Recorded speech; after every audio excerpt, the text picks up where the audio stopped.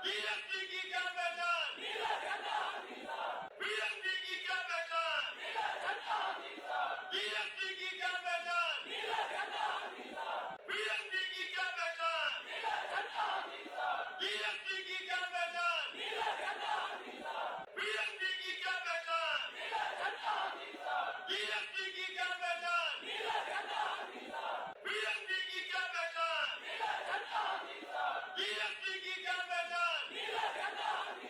BSP की क्या पहचान, बीएसपी की क्या पहचान, बीएसपी की क्या पहचान, बीएसपी की क्या पहचान, बीएसपी की क्या पहचान। दिक्कतें पहुंचाने का एक बस माध्यम और जरिया ही समझिए। मैं यहाँ कोई आपके बीच नेता बन के या कोई और प्रतिनिधि बन के नहीं आऊंगा। मैं सिर्फ और सिर्फ यहाँ पे आपका एक युवा साथी बन के आऊंगा और आपकी हर एक दिक्कत आदरणीय बहन जी तक पहुंचाने का काम करूंगा। इन्हीं के साथ मैं आप सबसे कहना चाहूंगा, आज जो आप यहाँ बातें सुने या मेरे आदरणीय पिताजी के विचार सुने, उनको समझिए और हर एक घर में जाके आपको पहुंचाना है और बताना है उनके जो विचार हैं, क्योंकि वो उनके नहीं, वो आदरणीय बहन जी के विचार हैं। और आपको जो भी डराने दबाने की कोशिश करता है, चाहे सत्ता के नशे में या जिस अकड़ में, उनको बस इतना बता देना आपको कि आदरणीय बहन जी 5वीं बार इस प्रदेश की मुख्यमंत्री बन के आने जा रही हैं। तो जो भी आपको डराता धमकाता है, वो खुद ब खुद कहीं बिल में छुप के या अपने घर में घुस के बैठ जाएगा। इन्हीं बातों के साथ मैं आप सबसे आज्ञा लेना चाहूंगा। जय भीम, जय भारत, जय परशुराम। धन्यवाद मिश्रा जी। सम्मानित साथियों, मिश्रा जी ने हम सबको कह दिया है कि वो बार बार आते रहेंगे। आगे की कड़ी में मैं आमंत्रित करूंगा बहुजन समाज पार्टी की राष्ट्रीय अध्यक्ष बहन कुमारी मायावती जी से आशीर्वाद प्राप्त फतेहपुर सीकरी के प्रत्याशी डॉक्टर मुकेश राजपूत जी आए और हम सबको संबोधित करें, अपने विचार रखें। डॉक्टर साहब।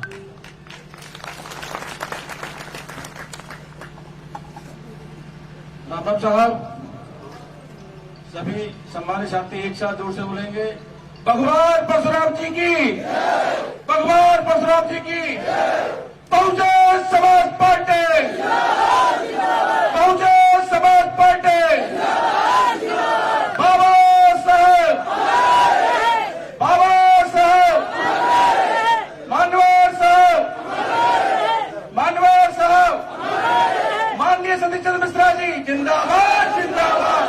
माननीय सतीश चंद्र मिश्रा जी बहन कुमारी मायावती जी बहन कुमारी मायावती जी। आज फतेहपुर सीकरी विधानसभा के गांव कीटम की ऐतिहासिक पावन भूमि को सशक्त नमन करता हूं।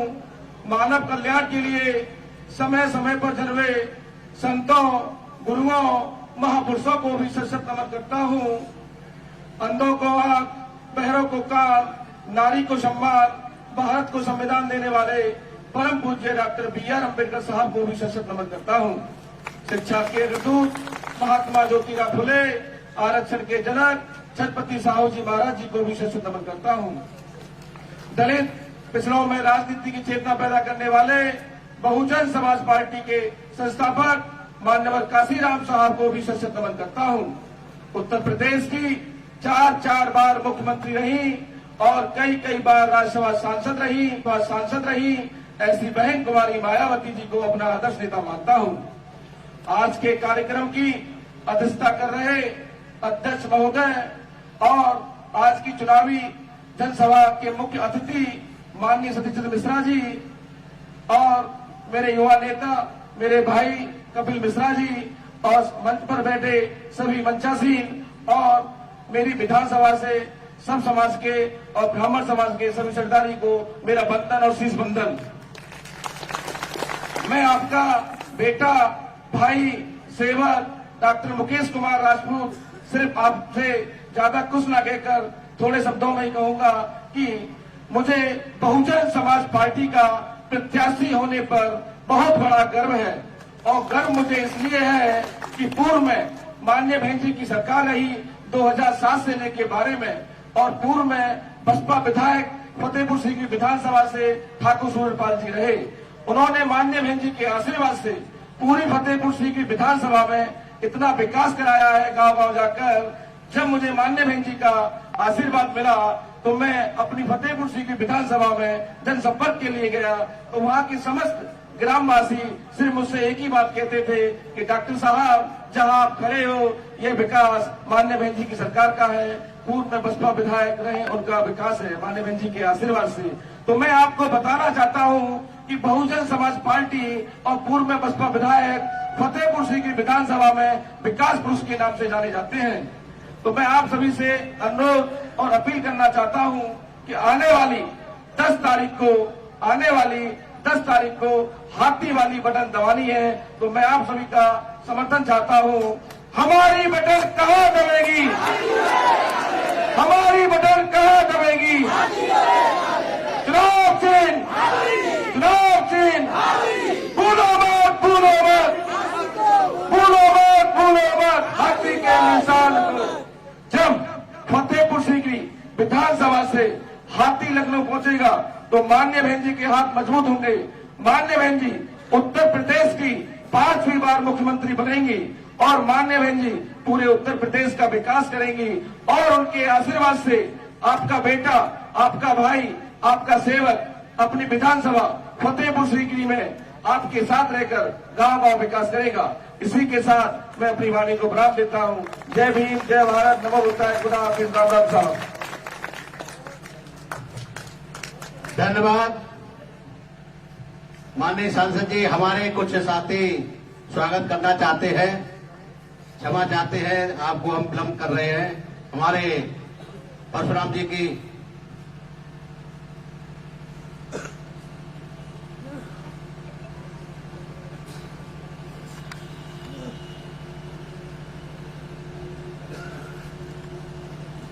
धन्यवाद।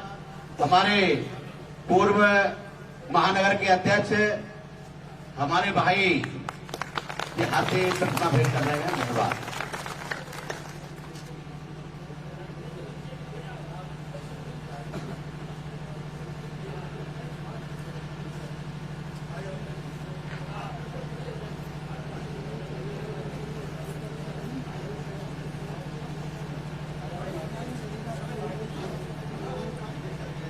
एक एक करके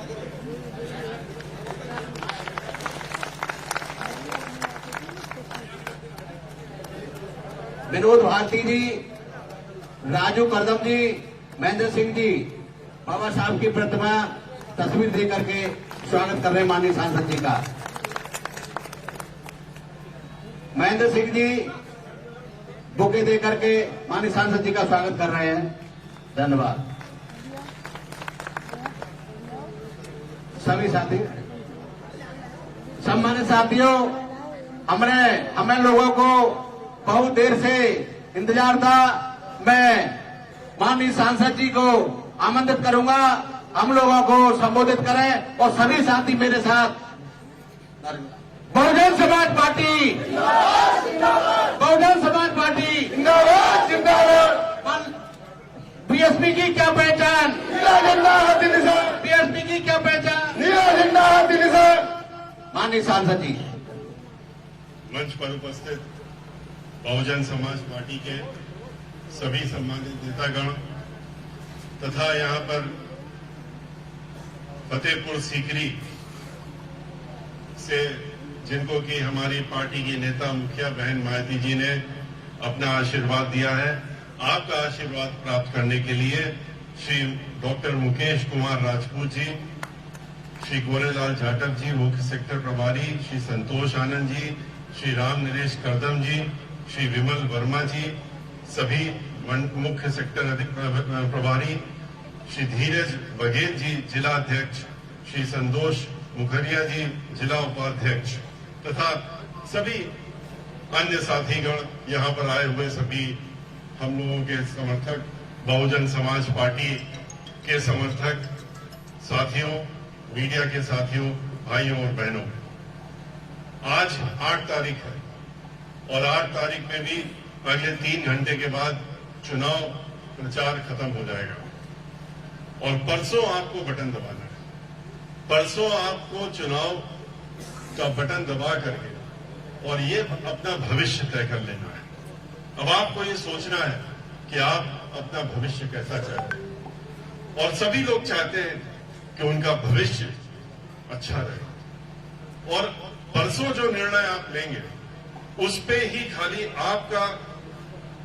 आपका ही नहीं बल्कि पूरे आपके परिवार का, आपके क्षेत्र के वासियों का, आपके इस विधानसभा का के लोगों का, सभी का भविष्य उस पर निर्भर होगा।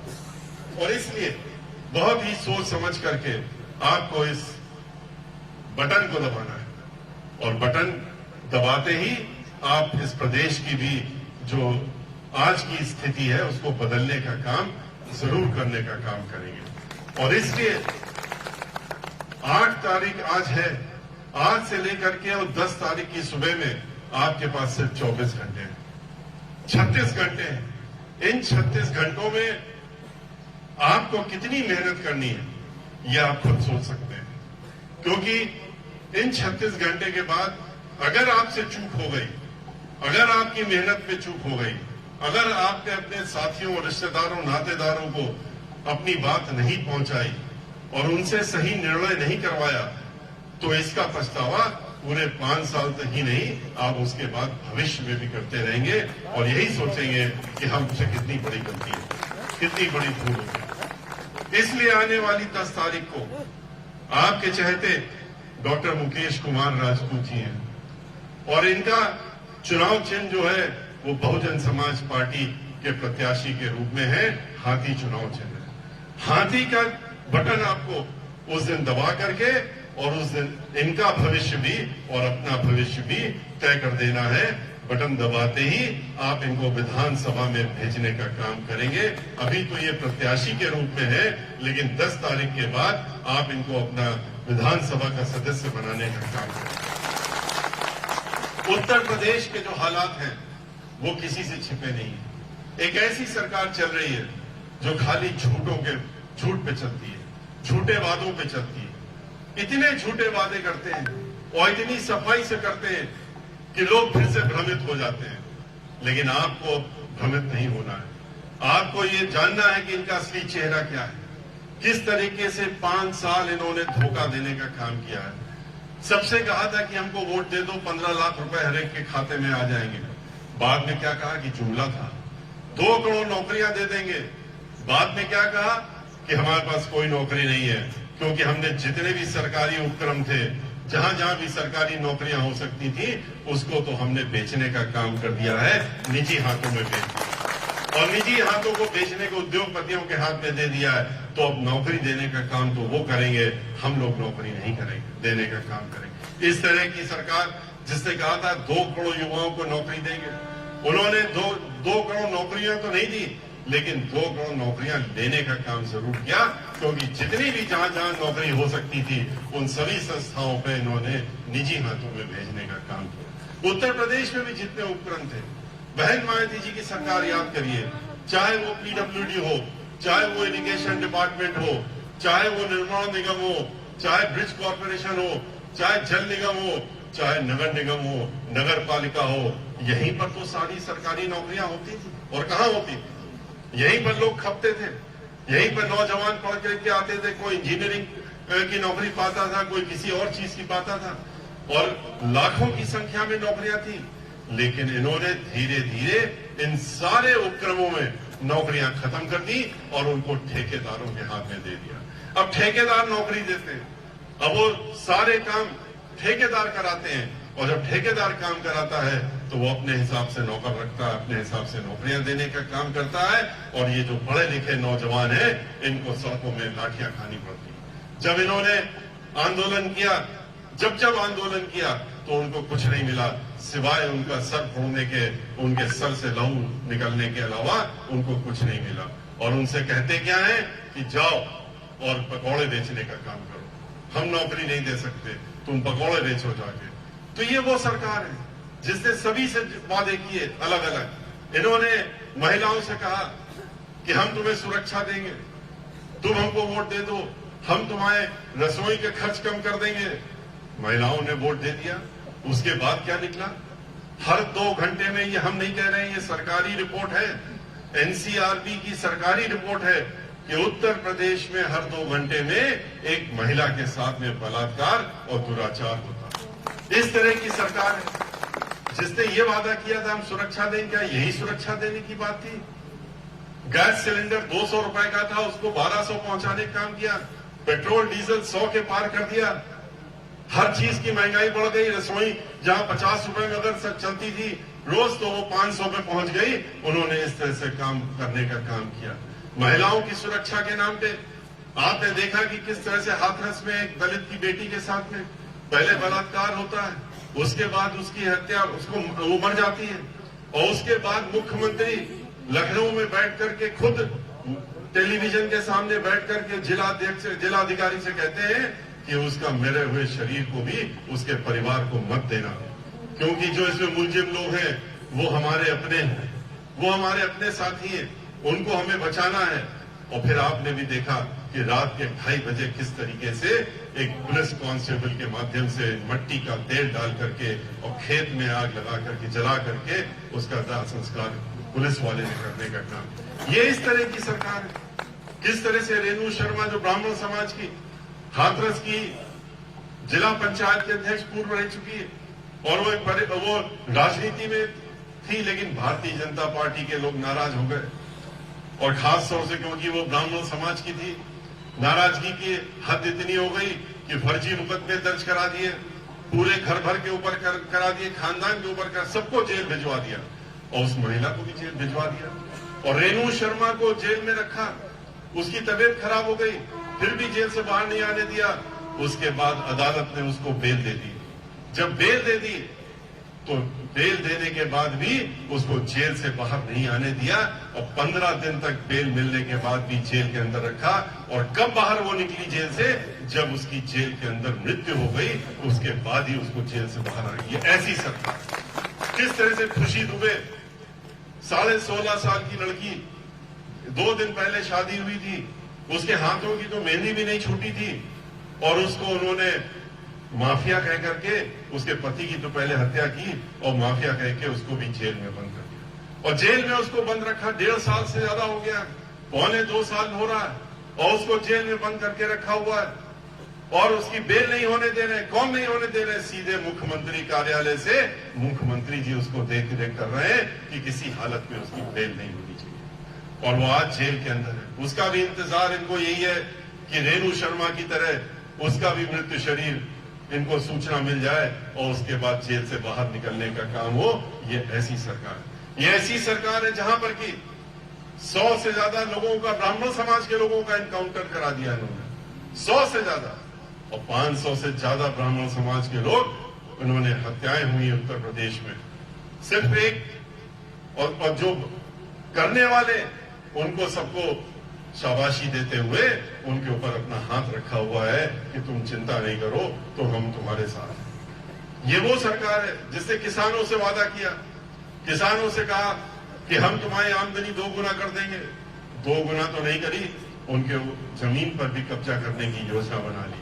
4 कानून निकाले, काले कानून इस तहत में कि उनकी जमीन ठेके में और उद्योगपतियों को दे दी जाए, और फिर उन्हीं उद्योगपतियों की जमीन वो होके रह जाए। इस तरह की योजना बनाई। किसान इनकी बात को समझ गया, इनकी चाल को समझ गया। उसने पूरे उत्तर प्रदेश में ही नहीं, पूरे देश में आंदोलन किया। 700 से ज्यादा किसान के लोग मर गए, उसमें शहादत उनकी हो गई। उसके बाद भी इन्होंने कानून वापस नहीं लिया। कानून कब वापस लिया? जबकि चुनाव आ गया था। चुनाव के 1 महीने पहले कानून वापस लिया। वादा किया कि हमने जो मुकदमे दर्ज किए हैं हजारों की संख्या में, हम वापस ले लेंगे, हम न्यूनतम पैसा भी देने का काम करेंगे। लेकिन कोई कानून आज तक नहीं पारित किया। ये अभी भी पार्लियामेंट चल रहा है, लेकिन नहीं पारित किया कि जिसमें कि ये कहें कि हम न्यूनतम बिल का पैसा देने के लिए बिल लेकर के आ रहे हैं। और इन्होंने एक भी मुकदमा वापस नहीं किया। और इतना ही नहीं, 4 किसानों को तो गाड़ी के नीचे कुचल करके और लखीमपुर में मारने का काम किया, उनकी हत्या कराने का काम किया। और जो मंत्री उसमें थे शामिल इनके साथ केंद्र में, तो उनके जब चार्जशीट फाइल हो गई उसके बाद भी उनको उन्होंने मंत्रिमंडल से नहीं हटाया। और क्यों नहीं हटाया? क्योंकि वो मंत्री जी ने धमकी दे दी थी कि अगर हमको हटाया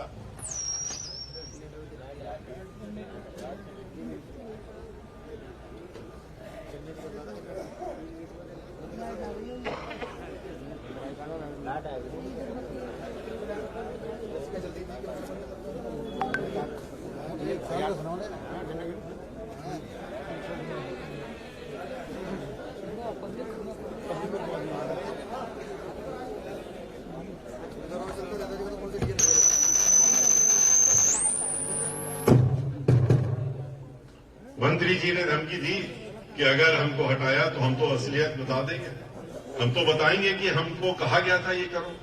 हमारे तो ऊंचे जो बैठे हुए पदों में उन्होंने कहा था कि